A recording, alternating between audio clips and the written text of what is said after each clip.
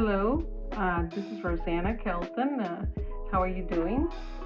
This is my studio talk. This is, as you can see, this is my studio. I work in a very small room. These are some of the transchrome. These are fluorescent plexiglass that I worked with, and I created an installation with different colors. See, I have like different colors of plexiglass, and then I also use different lighting for the installation to show chromatic induction. You know, the transchrome. See, plexiglass, fluorescent plexiglass, transchrome study of saturation. And then also I have here some of the silk screen, which I have been working with, and I'm getting a bigger silk screen so that I can do more silk, silk screen work. And some of these, which you have not seen, these are some of my silk screen paintings, which they're not paintings, they're prints, but I'm working on that. Again, I'm preparing for the 45-hour review, so I have everything separate for that.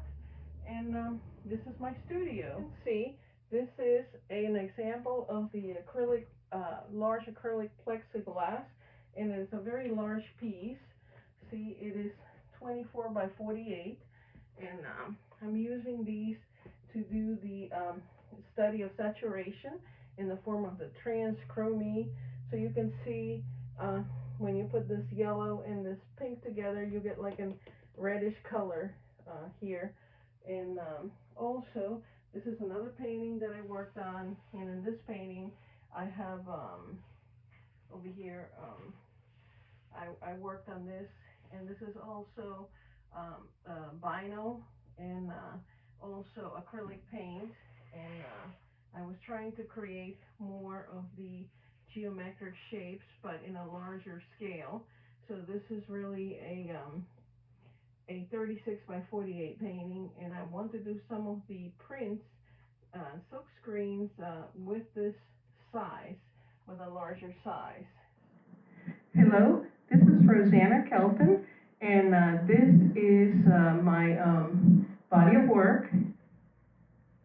I deliver dynamic movement of hues by using repeated forms and geometric shapes with bright colors and robust textures in my work. I aim to communicate the properties of color according to saturation in my work by showing geometric structures that demonstrate reflection in terms of additive color, subtractive color, and chromatic induction, and transchrome transparencies. I aim to communicate the property of hue in my work by painting artwork that shows simultaneous contrast. I looked for inspiration in my work at the optical artists of the 1950s and 1960s, such as Victor Vasarely, Joseph Alberts, and Carlos Cruz Diaz. Some of my work is in fluorescent plexiglass, which studies color saturation and the fragmentation from the plane, and the liberation of color from a form in transchrome fluorescent plexiglass transparencies. Other works have complex subsurface interactions that create light sensations.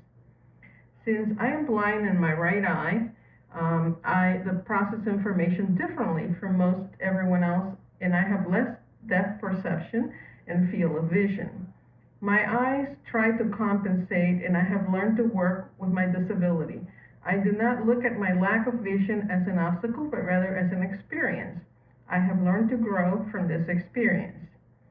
What I want to do with my paintings is I want to demonstrate that the language of color can be communicated to visually impaired people. I am researching ways to create this communication with other individuals that are visually impaired. I am going to demonstrate that the language of color can be communicated to visually impaired people in terms of saturation and hue. I am currently working with silk screens, printing and creating kinetic art installations that interact with visually impaired viewers. This is Fractal Curves and Lines. It is an oil painting on linen. It has dimensions of 16 inches by 20 inches, and it has the illusion of a subsurface interaction with complexity and also the sensation of light. This is Line in Motion, which is an oil painting that is 16 by 20, and it's an oil painting on linen. And what I'm trying to create in this work is the use of colors to create motion. As you can see, it is a motion in a static form.